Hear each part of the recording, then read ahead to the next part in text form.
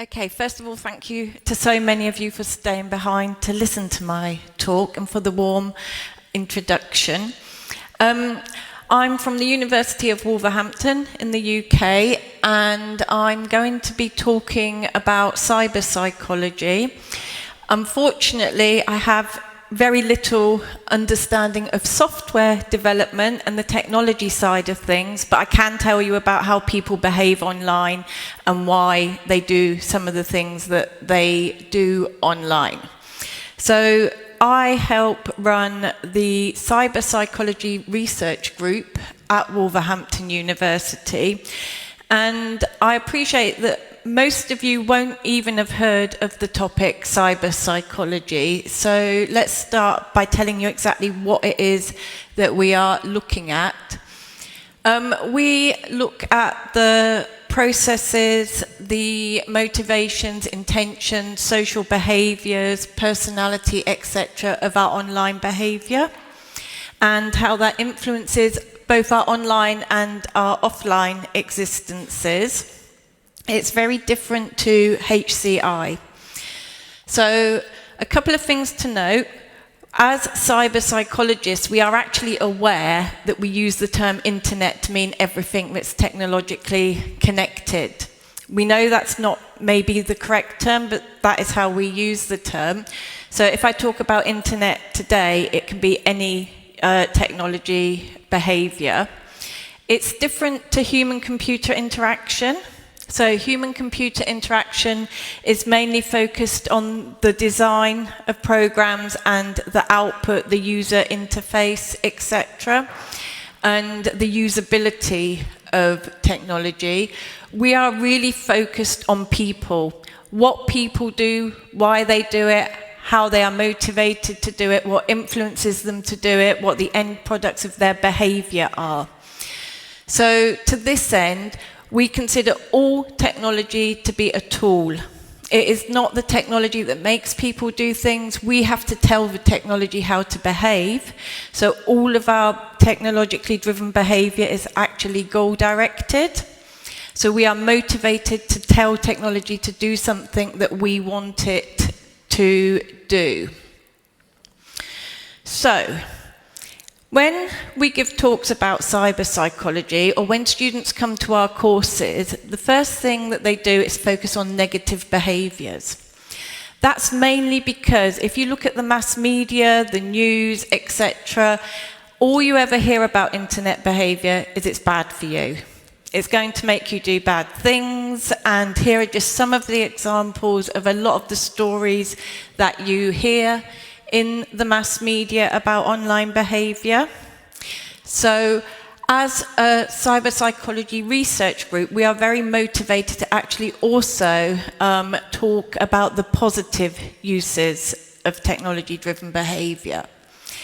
And one way we can do this is to actually consider the reality of what people are doing compared to what the mass media tells us that people are doing. So if you look at this graph, for example, you can see that actually over half of people aren't even engaging on a regular basis with all of these bad behaviours that the mass media tell us are bad behaviours. We're actually more inclined to do things on the internet or using technology that help us get through our daily activities. In terms of work, that could be email. In terms of news, booking travel, hobbies, etc. So we use technology to suit our needs. The negatives we hear about internet use from a psychology perspective are actually few and far between. There's a lot of mass media scaremongering.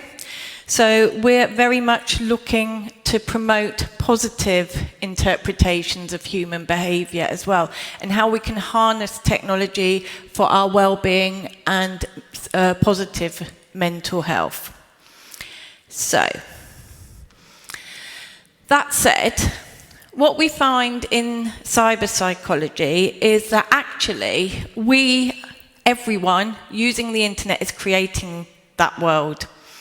As I'm talking about psychology, obviously I quite focused on social media, etc. So these are just some of the symbols of a lot of the activities that we as human beings are currently engaged in online behaviour. And these are infiltrating our daily lives. They're infiltrating our at-home lives, our work lives, etc. But one of the things that we find is that there are two worlds that are not actually dichotomous or distinct, but actually on a continuum. We have these worlds that we are creating for ourselves that we don't have to be part of.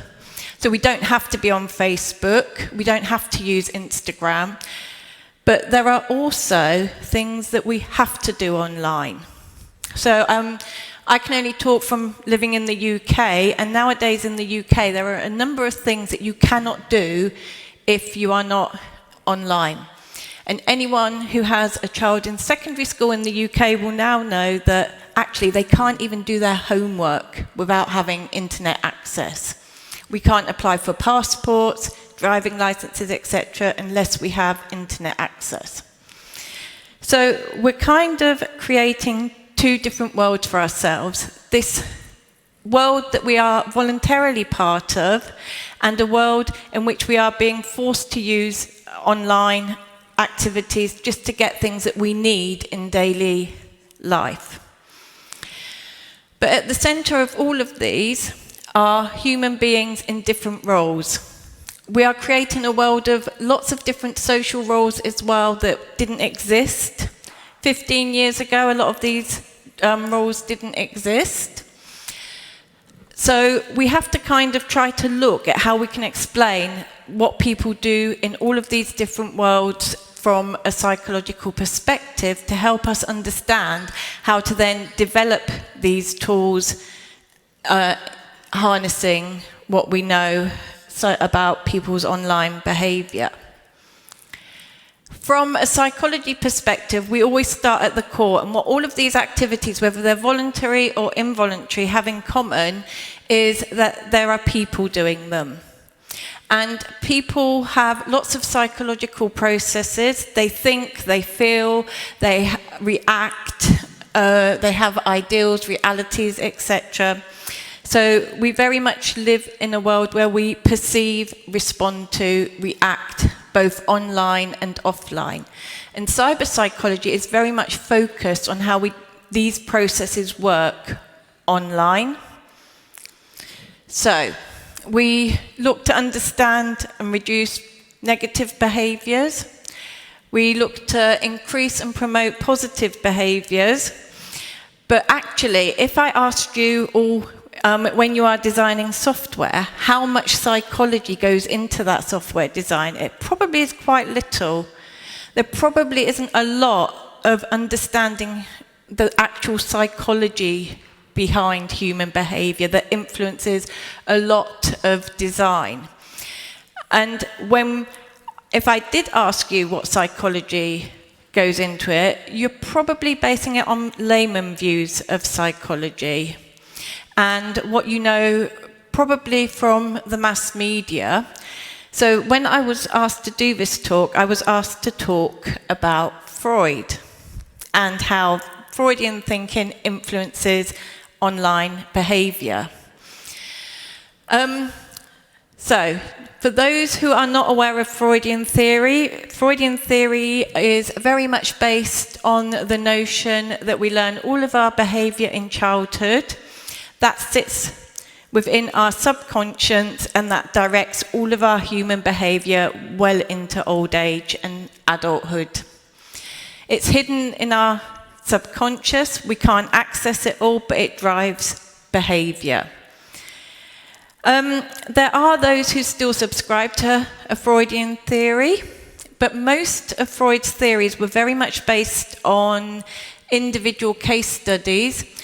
For example, one of the case studies that he writes about is Anna O, and she had childhood trauma that Freud believed predicted all of her negative behaviours in adulthood, and it was only through psychoanalysis that he could get to understand why she behaved the way she did. I would be here for another week if I had to outline all of Freud's theories, So this is an overview of how most of his theories are conceptualized. He analogizes the human mind to an iceberg. The tip of the iceberg above the water is the bit that you have access to, that you are consciously aware of, and that you consciously know determines your behavior. Anything beneath the surface, the further and further it gets beneath the surface, the harder it is to access that information and understand why that is driving your behavior. So we might think that's all well and good, we just take this and we apply it to all of human behavior then, we look at how it's influencing online behavior, and that's it, job done. But actually it's far more complicated than that nowadays. We have a lot more understanding beyond Freudian theory about how the human mind works.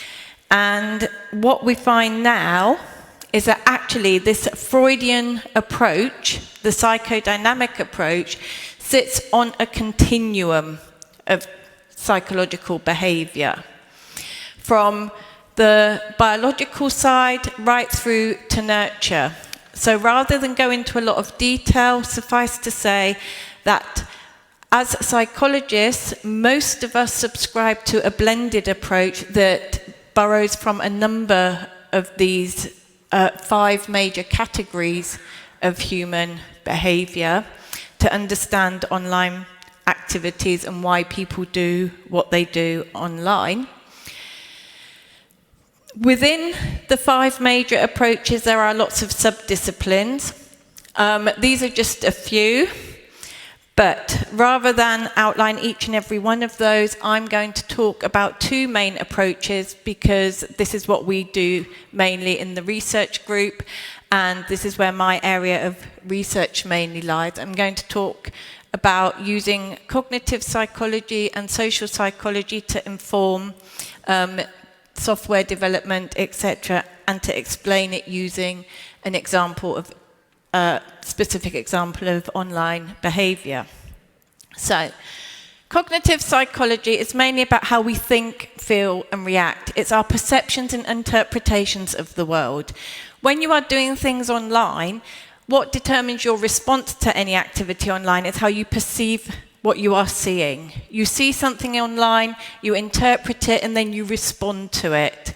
This is very much a cognitive approach. Cognitions also look at memory processes, reaction times, etc. And mainly we are looking at, for the purposes of this talk, what happens in conscious awareness. So in the tip of the iceberg of Freudian theory.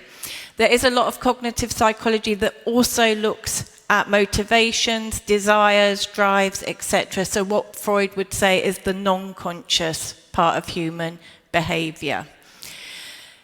Now, you might, if you went away and read up on this, you would probably see that the unconscious bit is not dissimilar to Freud's thinking and Freudian theory, but nowadays it is more encompassing, and it lends itself much better to explaining online behavior. Okay, if we look at the example of Instagram, Instagram is fascinating because it opens up a whole new world to people. They can be who they want to be. They can create fake profiles. They can doctor their images. They can use filters. Actually, for psychologists, it's quite alarming because people are presenting a complete fake reality. People are presenting themselves on Instagram filtered, edited. They are creating a version of themselves that is just not real. And yet we all subscribe to it. Most people understand that actually what people are posting on Instagram just isn't real, but they are still doing it. They know that other people's profile pictures are fake, but they believe that they are presenting the real self. So if we looked at Freudian theory as to why this happened, we might suggest that actually it's because the underlying urges want to portray something that we are not. It is about attaining an ideal self. It's about being someone who we really want to be, but we can't quite manage to live up to. It's also about social comparison, wanting other people to approve of us, to make us feel better about ourselves. So if we can believe that we are equal to that fake world, it makes us feel better about ourselves. Now, a lot of you are probably thinking, well, how's this relevant? It is very relevant to understand this behaviour to software design, because we can start looking at memory processes, especially how we remember what we see when we're interacting with technology, how physical memory can be used to actually engage in technology as well. And it helps us predict human behaviour. It helps us know what to do to get the response that we want from people. So actually understanding cognitive psychology can inform software development quite a lot. But I've talked as if we're actually all just individuals going through this world, and we're not. Actually, all of our online behaviour, or most of our online behaviour, is actually quite social. If we think of social media, just by definition, social media is social. We interact with others. It's very rare that our perceptions and responses to online behaviour is of an individual. It is usually in response to someone else or interacting with other people. So we also need to look at social psychology to try to understand why people behave the way they do online. And social psychology is all of these things that I showed you just now. It's how we interact with others, it's our group processes, etc. But it all starts with us, with one person, the self. And to understand how we do all these different things online, we borrow from something called social role theory. Social role theory has its origins in trying to explain gender differences. In the early days of social psychology, we talked about male role behaviours and female role behaviours. That's very much been extended to incorporate all role behaviours. So how you behave in different situations are the different social roles that you are acting out on a daily basis. While you're here, you might be with a colleague, so your behaviour might be very different to how you are at home, etc. So we have an array of social roles that we fulfill. And that is exactly how we portray ourselves online as well. On Facebook, you might be different to how you are on Instagram or on Twitter, for example. But what's really important from a social psychology perspective is that we change ourselves to adapt to the situation we are in. What social role we are currently acting out will depend on the situation in which we find ourselves. And if there is a mismatch between how we think we should be and how we are behaving, that can cause psychological conflict. So not to get too bogged down in theories, but there is an older theory about self by Higgins, and what Higgins says is that we have an ideal self, an actual self, and an ought self. The actual self is who you are, the ideal self is who you really, really want to be, your over-filtered Instagram self, and the ought self is who you think you should be according to other people. So what social norms dictate.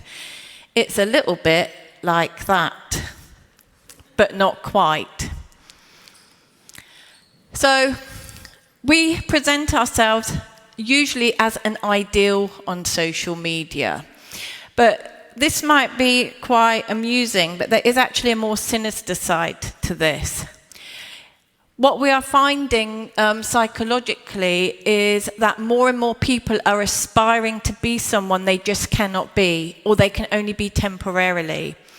If you look at the world of online dating, the amount of lying that goes on dating profiles, people seem to be a little bit short-sighted in that eventually they're going to meet the person and all those lies will come out. But people still do it. People still lie about themselves on dating profiles. So there is a more serious side to the discrepancies between the three selves. And not to get too bogged down with theories, but there are some older theories that we can use to explain how that happened. And Goffman once said that the world is like a stage, and we're all actors on that stage just carrying out these social roles. That, taken with the different selves that Higgins proposes, could actually potentially cause a lot of psychological conflict. If we are in what Goffman calls the front stage, so that tip of the iceberg, behaving how everyone wants us to behave, we may not actually be behaving how our actual psyche needs us to behave to feel well about ourselves.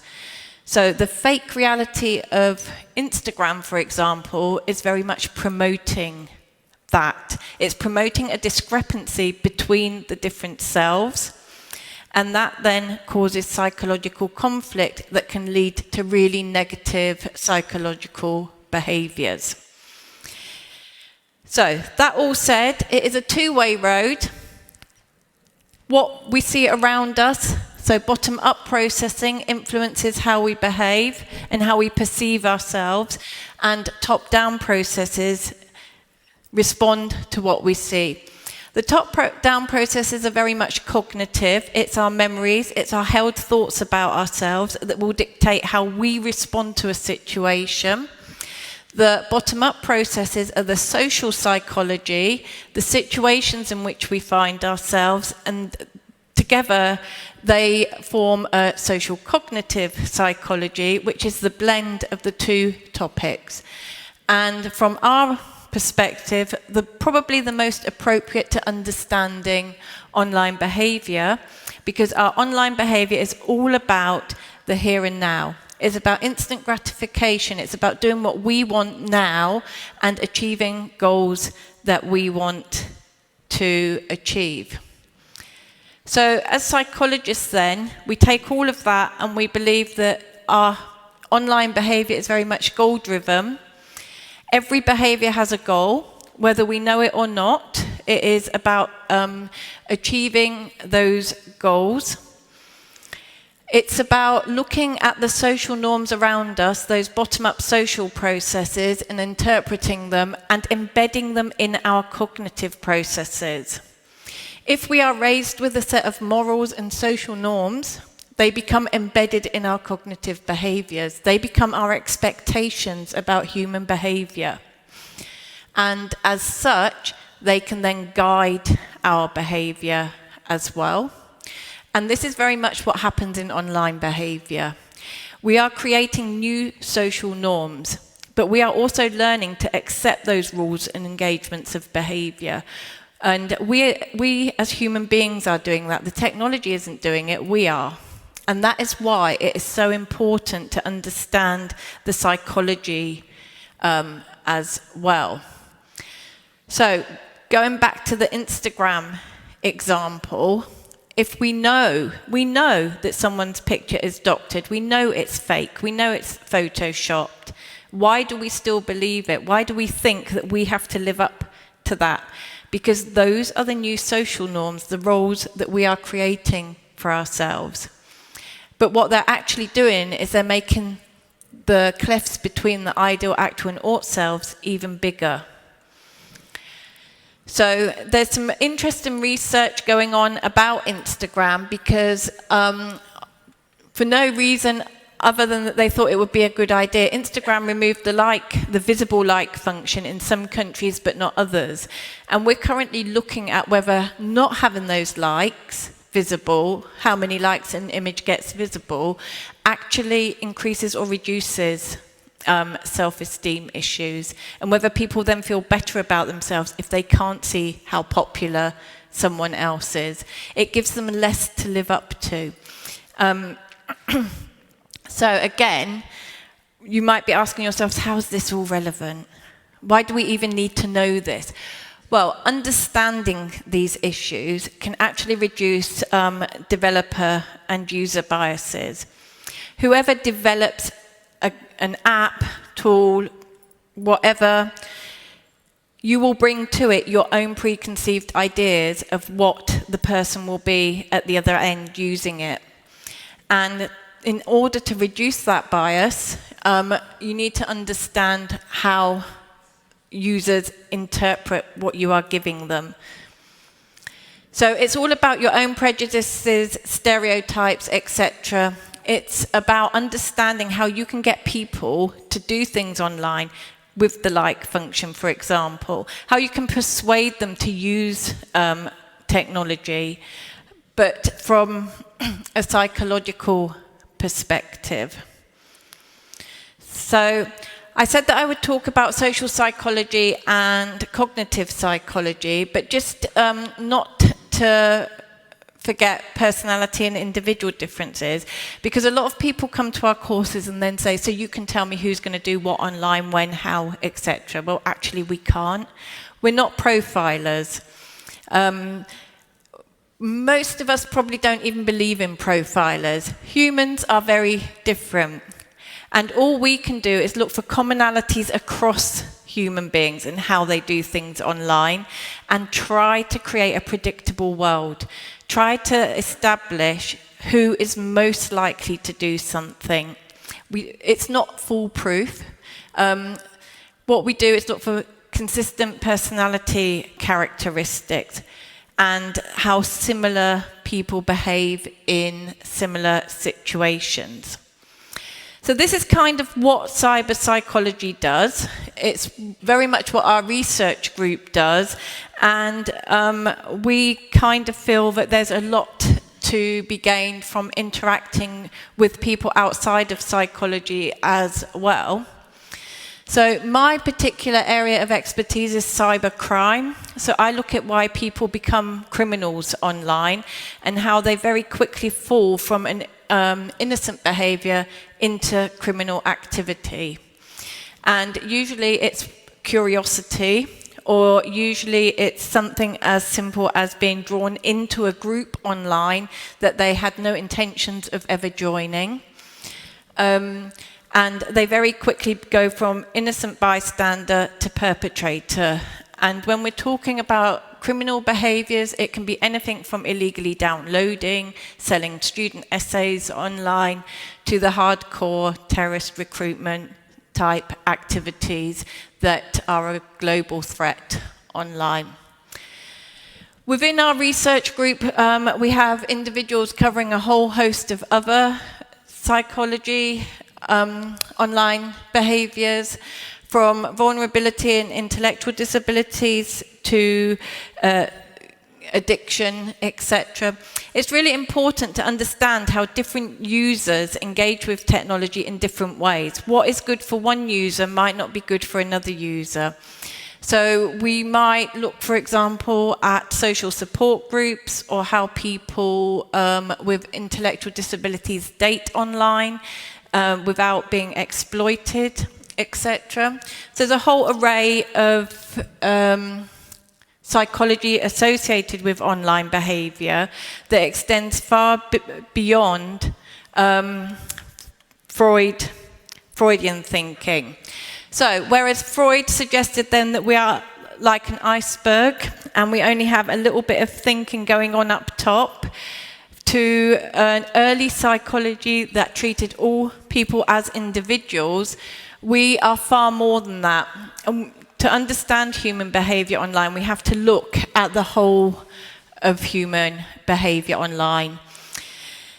I've tried to keep it really superficial because I wasn't really quite sure how much psychology you guys would have already had.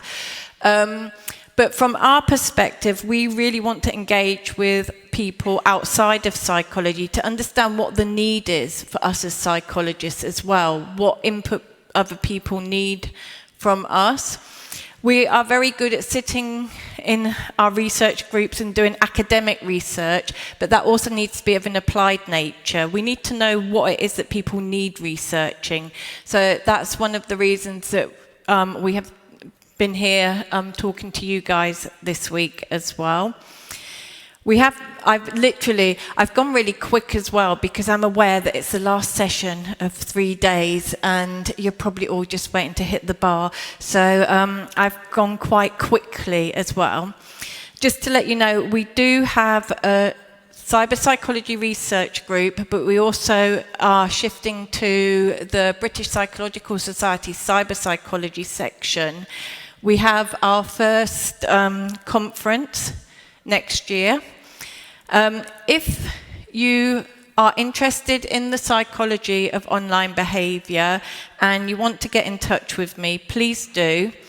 I help lead the Cyberpsychology research group at Wolverhampton. There are a number of books that are far more encompassing than anything that I've talked about in this really quick whirlwind tour of cyberpsychology. Hopefully you found some relevance to what you are doing. Please feel free to contact me. If I can't help you, we can put you in touch with someone else in our research group who can. You can also follow me on Twitter, but those of you who already have are probably aware that I post more pictures of my dog than I do of actually anything related to my work. Okay, that's everything. Thank you.